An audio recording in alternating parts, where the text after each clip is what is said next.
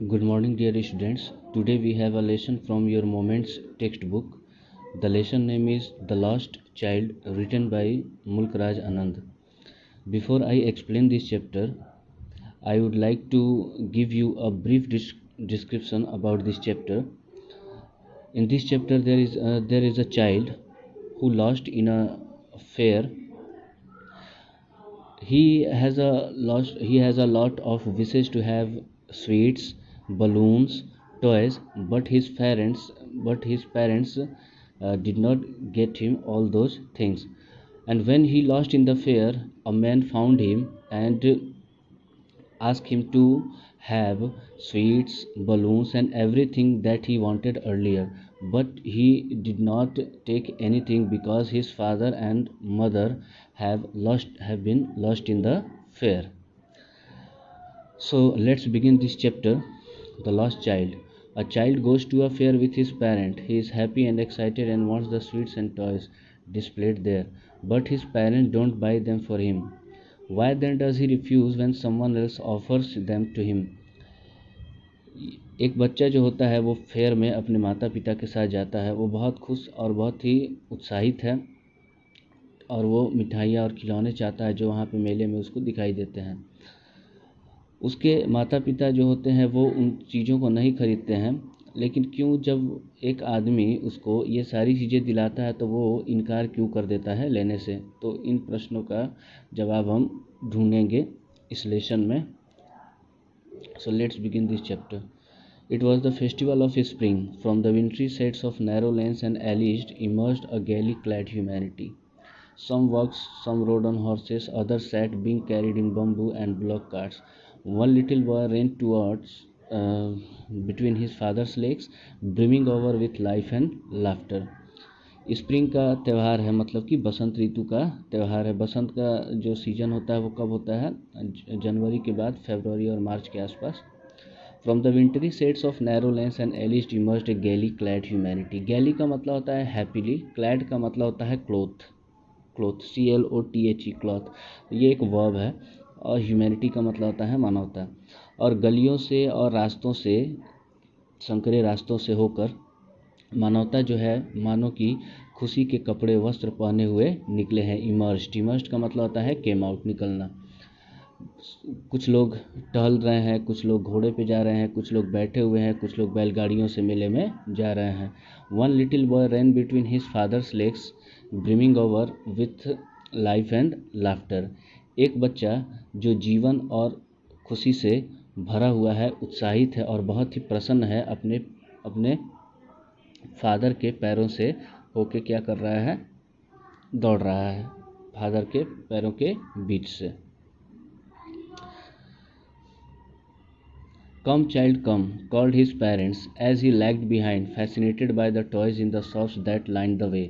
रास्ते में लगी हुई दुकानें जो थी जिनमें खिलौने बिक रहे थे, उन सभी खिलौनों की तरफ वो बच्चा जो है आकर्षित होकर जब अपने माता पिता से पीछे छूट जाता है तो उसके माता पिता उसे चिल्लाते हैं, उसे आवाज़ देते हैं, come child come. He hurried towards his parent, his feet obedient to their call, his eyes still lingering on the receding toys. As he came to where they had stopped to wait for him, he could not suppress the desire of his heart, even though he well knew the old cold stare of refusal in their eyes.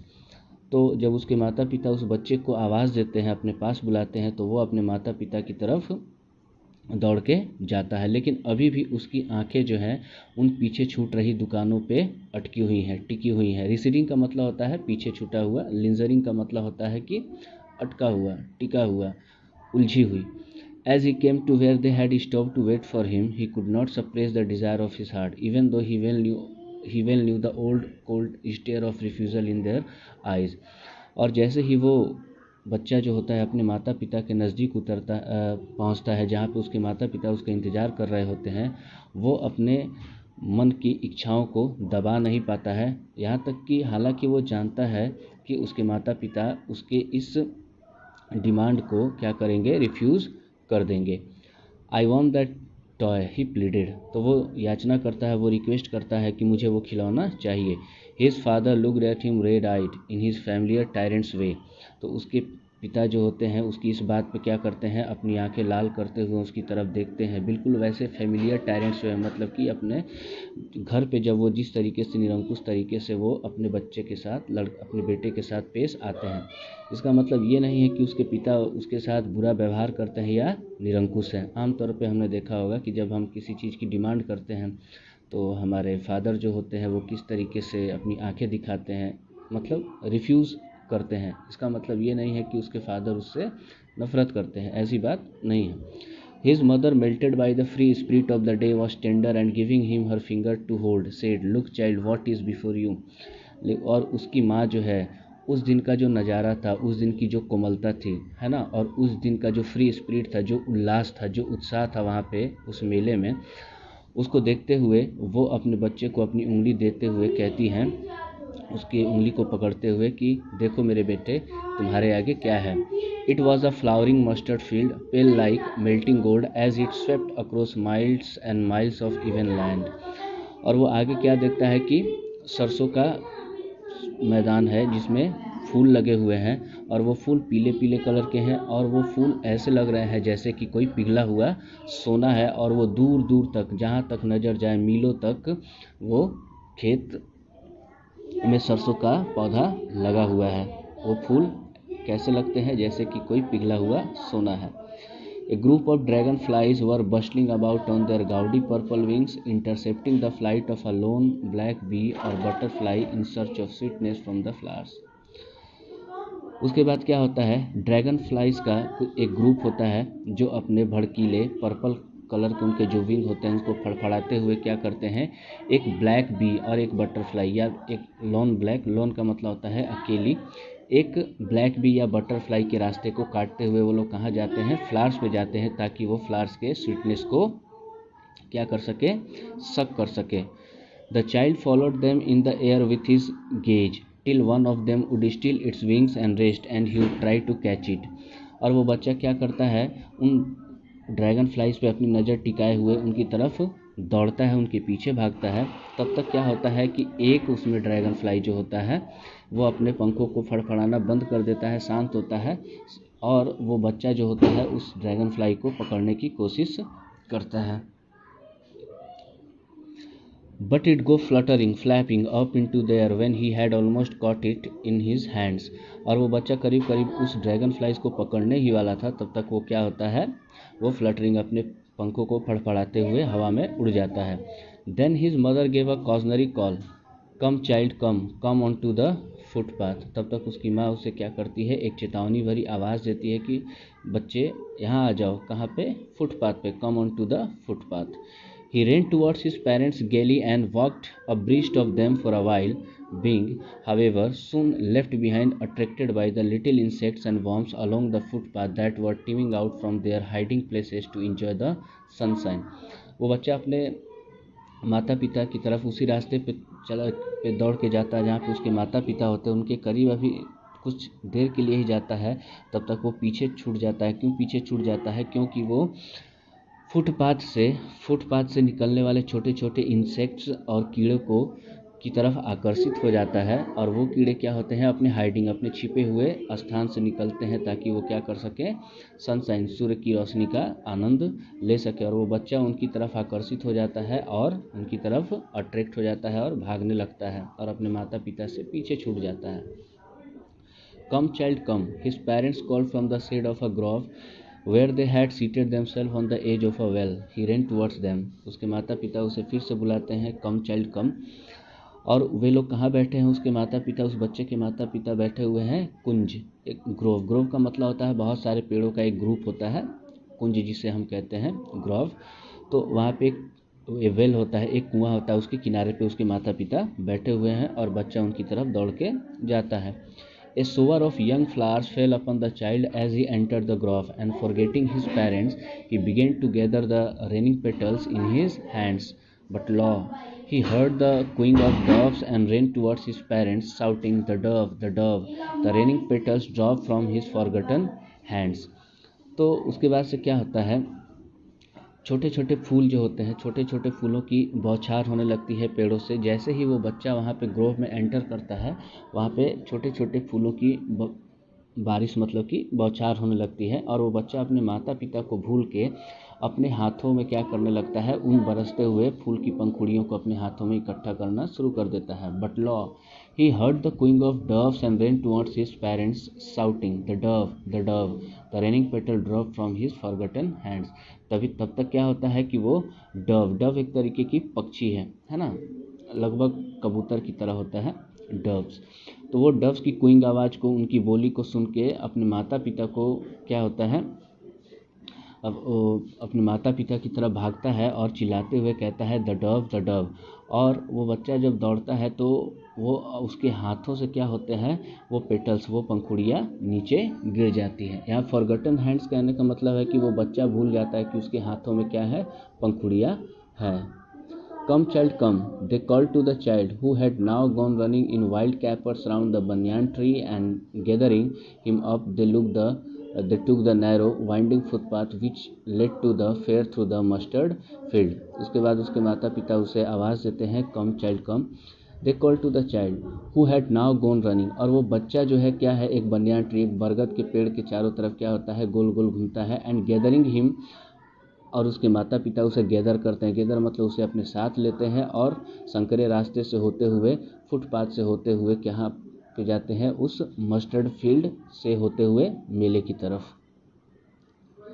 As they neared the village, the child could see many other footpaths full of throngs, converging to the world full of the fair, and felt at once repelled and fascinated by the confusion of the world he was entering. जब बच्चा और उसके माता पिता उस गांव के नज़दीक आते हैं तो वो बच्चा बहुत सारी चीज़ों को, बहुत सारी फुटपाथ को देख सकता था जो भीड़ से भरी हुई है. थ्रॉन्ग का मतलब होता है भीड़, मॉब, क्राउड. तो अनेक फुटपाथ को वो देख सकता था जो क्या है, भीड़ से भरी हुई है. और वो सारी भीड़ जो है, वो सारे फुटपाथ पे जितनी भी भीड़ है, वो एक जगह कन्वर्ज होके, एक जगह केंद्रित होके उस मेले में भंवर की तरह दिखाई दे रही है. और वो बच्चा एकाएक क्या होता है, अचानक से अपने आप को विकर्षित महसूस करता है.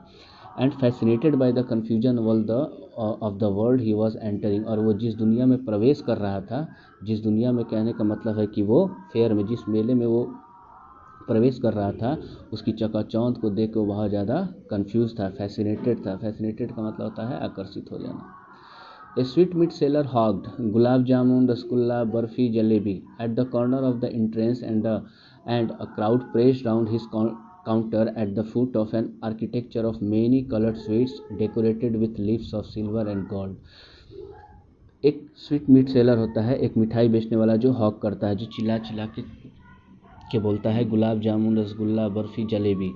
और उसका दुकान जो होता है वो मेले के ठीक एंट्रेंस पे ही होता है, मेले के प्रवेश द्वार के पास ही होता है. और भीड़ के कारण क्या होता है, उसकी मिठाई का जो काउंटर है और वो क्या होता है, दब सा जाता है. मतलब कि काउंटर के पास बहुत ज़्यादा भीड़ हो जाती है, क्योंकि वो उसकी दुकान जो है वो एंट्रेंस के कॉर्नर पे ही होती है.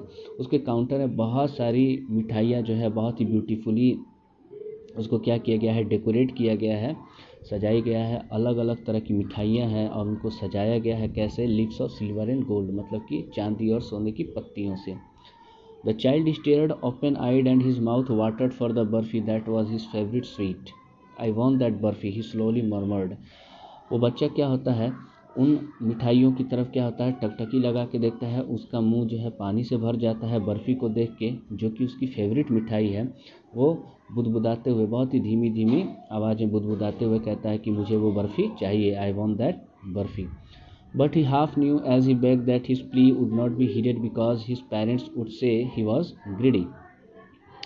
लेकिन वो आधा अधूरा लगभग ये जानता ही है कि जैसे ही वो अपनी रिक्वेस्ट करेगा उस मिठाई के लिए, बर्फ़ी के लिए, उसके माता पिता क्या है, उसकी बातों पे ध्यान नहीं देंगे. हीडेड मतलब ध्यान न देना, ध्यान नहीं देंगे. क्यों, वो कहेंगे कि तुम लालची हो. So without waiting for an answer he moved of. इसलिए वो ना वो पूछता है और ना किसी जवाब की उम्मीद किए बिना वो आगे बढ़ जाता है. A flower seller hawk a garland of gulmohar. The child seemed irresistibly drawn. He went towards the basket where the flowers lay heaped and half murmured, I want that garland. But he well knew his parents would refuse to buy him those flowers because they would say that they were cheap. So without waiting for an answer he moved on. और एक फूल बेचने वाला चिल्लाते हुए कहता है garland of गुलमोहर, मतलब कि गुलमोहर की माला, गुलमोहर की माला। वो बच्चा अपने आप को मतलब क्या करता है, वो रोक नहीं पाता है, अपने आप को रोक नहीं पाता है। इरेजिस्टिबली का मतलब होता है कि न रोक पाना, अपने आप को न रोक पाना, अपने आप को रेजिस्ट न कर पाना। और वो क्या होता है, उस फ्लावर्स की मतलब कि फूल की उस टोकरी की तरफ चला जाता है जहाँ पे बहुत सारे फ्लावर्स क्या किए गए हैं, हीप किए गए हैं, मतलब कि ढेर किए गए हैं। और वो बुदबुदाते हुए कहता है कि आई वॉन्ट दैट गार्लैंड, मुझे वो गार्लैंड, मुझे वो माला चाहिए। लेकिन वो जानता है कि उसके माता पिता वो गार्लैंड, वो माला, गुलमोहर की माला खरीदने से मना कर देंगे, क्योंकि वो कहेंगे कि ये सस्ते हैं। इसलिए क्या है, without waiting for an answer, बिना किसी उत्तर का इंतजार किए वो आगे बढ़ जाता है। A man stood holding a pole with yellow, red, green, and purple balloons flying from it. The child was simply carried away by the rainbow glory of their silken colors, and he was filled with an overwhelming desire to possess them all. But he well knew his parents would never buy him the balloons, because they would say he was too old to play with such toys, so he walked on further. एक आदमी क्या है, एक पोल लिए हुए, एक खंबा लिए हुए, जिसमें कि पीले, लाल, हरे, बैंगनी कलर के बलून क्या है, उड़ रहे हैं।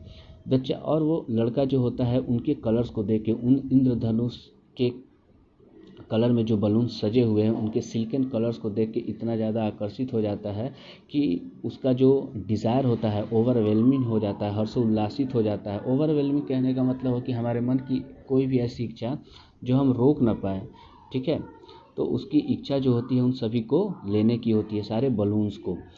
But he well new his parents would never by him the balloons, लेकिन वो जानता है कि उसके माता पिता उसके लिए बलून कभी नहीं खरीद के देंगे, क्योंकि वो लोग ये कहेंगे कि तुम बलून से खेलने लायक अब नहीं हो, तुम अब बड़े हो गए हो।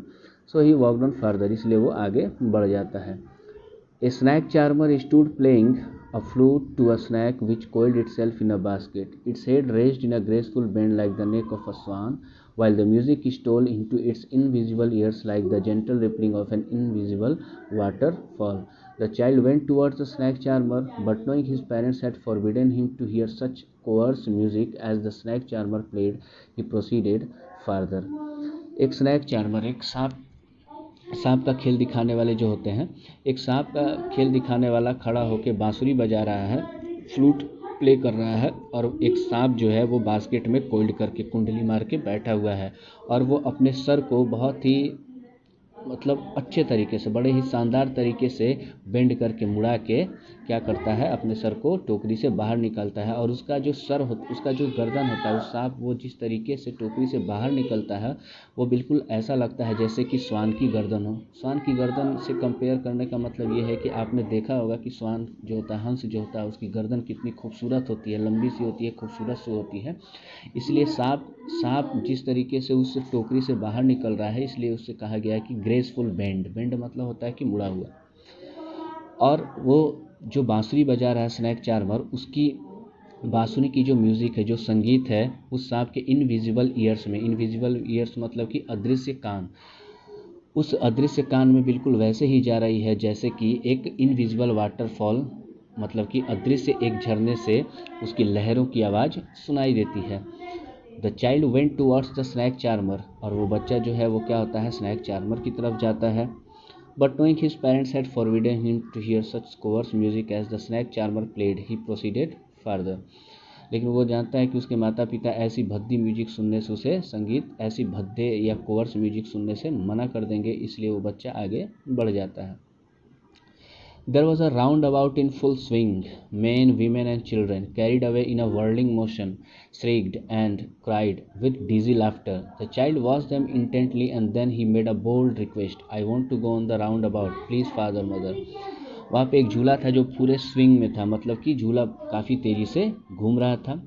बच्चे, महिलाएं, पुरुष सभी लोग उसमें whirling मोशन कहने का मतलब है कि गोल गोल गति में घूम रही थी, और सभी लोग चिल्ला रहे थे, चीख रहे थे विथ डीजी लाफ्टर कहने का मतलब कि एक ऐसी हंसी कि आप हंस भी रहे हो और आपको थोड़ा थोड़ा डर सा भी लगा हुआ है।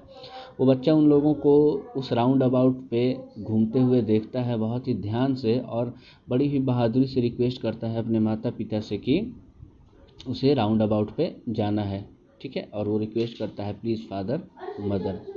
There was no reply. He turned to look at his parents. They were not there. Ahead of him, he turned to look on either side. They were not there. He looked behind. There was no sign of them.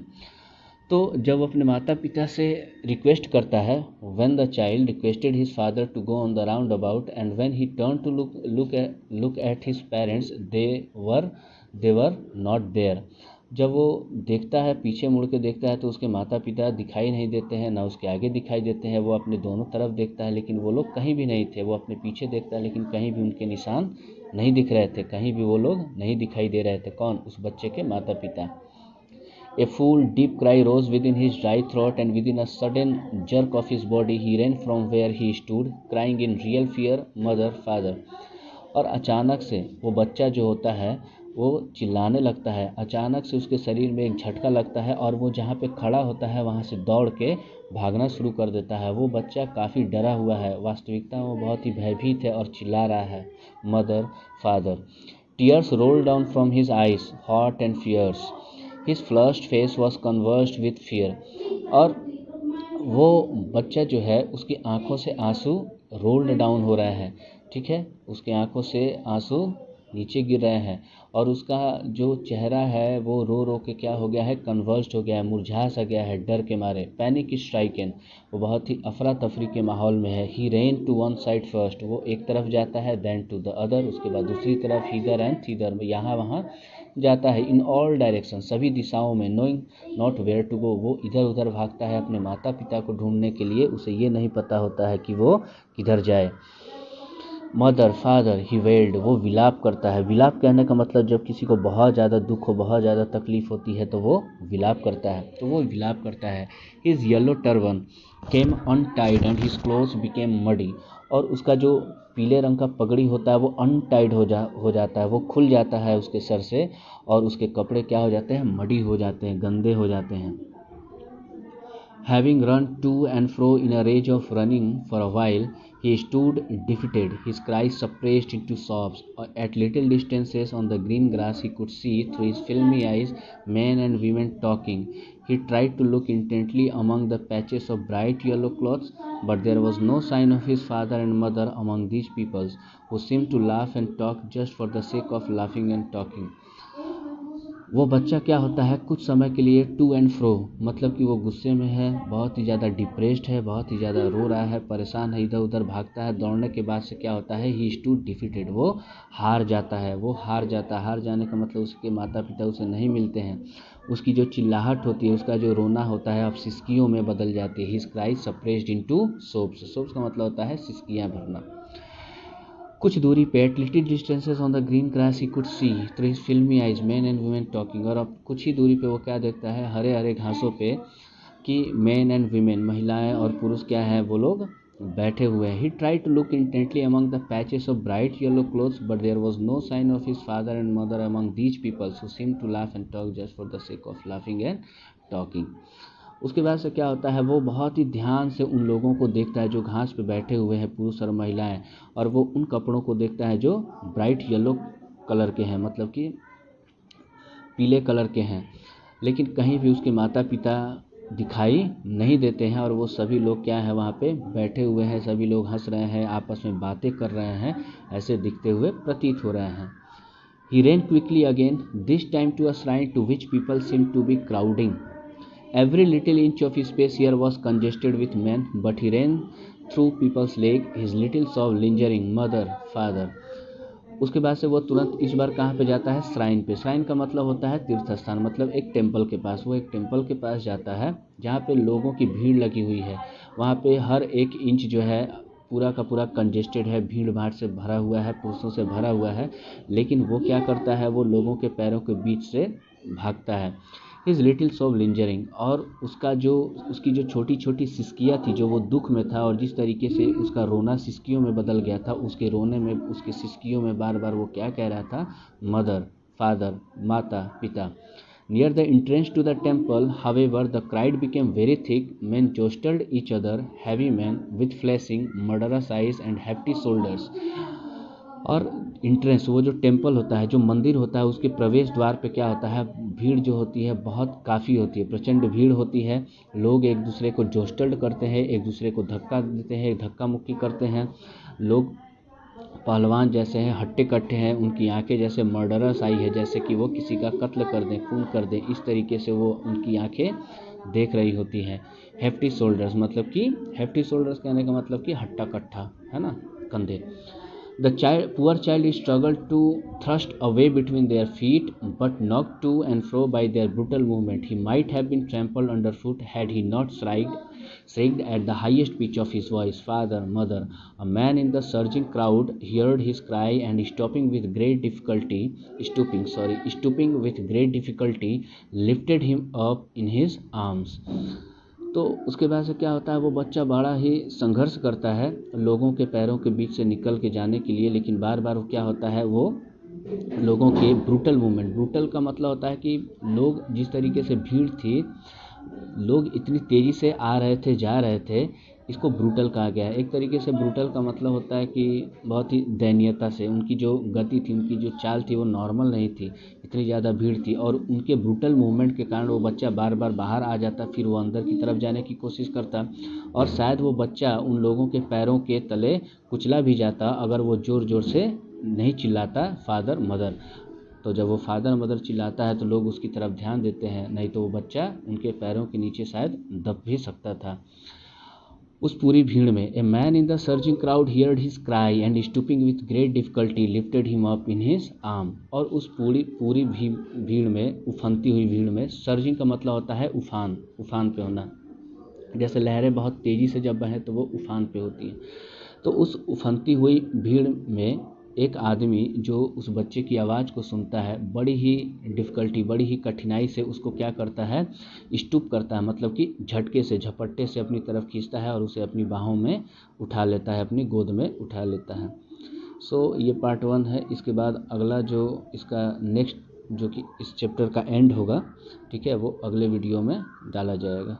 Okay, thank you very much. आप इस chapter को बहुत ध्यान से पढ़ेंगे, इसको video को अच्छे से देखेंगे। कोई दिक्कत है किसी भी पैराग्राफ में, किसी वर्ड से related, you can easily ask me. Thank you.